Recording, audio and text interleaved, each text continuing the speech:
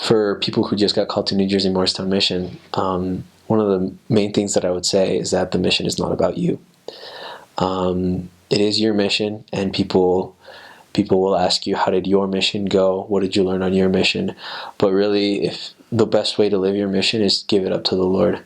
And that's when I found the most happiness on my mission, was when it wasn't about me, and it wasn't about what Elder Flores wanted to do, or even about what Elder Flores wanted for the people that he was teaching, but more about what the Lord wants. And if you seek revelation, and if you do everything that you can to be in line with the Lord's will, then you'll have a good mission. You'll have the best mission you can possibly have. It's about the people you're teaching, and it's about the people that you can reach out to and receive the gospel. Obviously, your testimony and your conversion will grow, and you will gain lots of experiences and lots of lessons that you can apply for the rest of your life. But really, the best way to do that is by losing yourself. I mean, the scriptures teach it, and President Hinckley knows that you need to forget yourself and go to work, and that's really what the mission's about.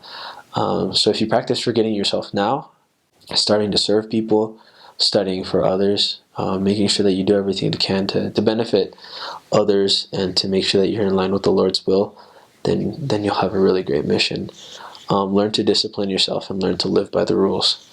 Learn to be obedient, and learn to take advice and to take correction from your leaders, because you will get it, and it's normal and it's okay. And don't feel embarrassed or hurt whenever your leaders correct you, because they do it out of love, and they want you to be better. Another thing for anyone going to New Jersey is just learn to love people who are different than you, because you will come across lots of them, and they're all Heavenly Father's children, and they all deserve that love.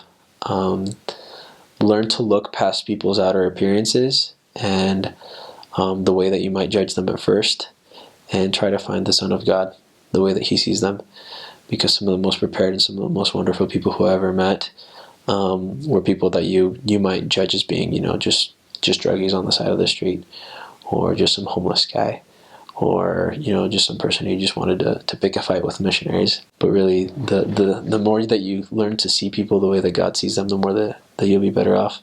And also learn, live, and love the White Handbook, Preach My Gospel, and the Scriptures. Because if you can do those three, then you'll be good. And make sure that you use the words of the living prophets, and that you motivate your whole mission out of love. It's really sad to see a missionary who's motivated by pride, by their own accomplishments, or by wanting to have a baptismal record, or because their family back home is just cheering them on. But what's really inspiring to see is a missionary who's motivated by his love, or her love, for the people that he's teaching or she's teaching, and by their love for the Lord. So if you love the Lord and you love others as you love yourself, you'll do great, and you'll have many, many, many miracles. And just live the gospel. It's really basic. There's really no huge advice that I can give that's not already outlined in the gospel. But if you just live the gospel, you'll have a great mission. Learn to use your time wisely. Learn to live the way that Preach My Gospel teaches you, and you'll be happy. You'll love your companions.